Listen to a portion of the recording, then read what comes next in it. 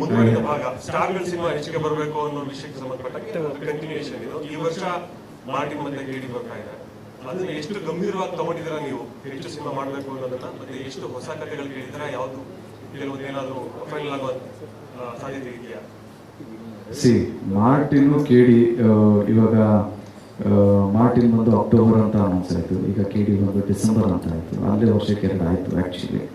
ನಾವು 2 ವರ್ಷ ಗ್ಯಾಪ್ ಇರೋದ್ರಿಂದ ನಾವೆಲ್ಲೂ ಟೈಮ್ ವೇಸ್ಟ್ ಮಾಡದೆ ಹಾನೆಸ್ಟ್ಲಿ ನಿಮಗೆ ಆನ್ ಸ್ಕ್ರೀನ್ ಗೊತ್ತಾಗೋಗುತ್ತೆ.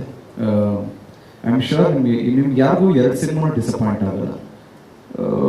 ನೆಕ್ಸ್ಟ್ ಆಫ್ಕೋರ್ಸ್ ಒಂಚೂರು ಫಾಲೋಅಪ್ಸ್ ಇದೆ. ಕೇಳಿದೇನೆ ಒಂಚೂರು ಇನ್ನೂ ಮಾತುಕತೆ ನಡೀತಾ ಇದೆ. ಕಿವಿಯನ್ಸ್ ಜೊತೆನೆ ಇನ್ನೊಂದು ಸಿನಿಮಾ ಇದೆ, ಆಮೇಲೆ ಫಾಲೋಅಪ್ಸ್ ಇದೆ, ಲೈನ್ಅಪ್ಸ್ ಇದೆ. ಸೊ ಎಲ್ಲ ಹೇಳ್ಕೊಂಡು ಹೋಗ್ತೀನಿ ಸರ್. ಬಟ್ ಲೈನ್ಅಪ್ಸ್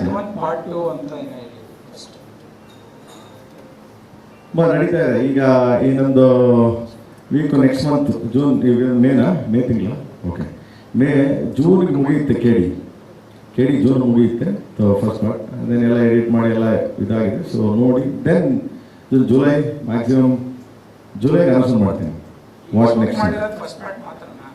ನಡೀತಾ ಇದೆ, ಫಸ್ಟ್ ಸೆಕೆಂಡ್ ಅಂತಿಲ್ಲ, ನಡೀತಾ ಇದೆ. ಸೊ ಒಂದು ಫಸ್ಟ್ ರಿಲೀಸ್ ಆಗೋಕ್ಕೆ ನೆಕ್ಸ್ಟ್ ಮಂತ್ ಶೂಟಿಂಗ್ ಮುಗಿಯುತ್ತೆ.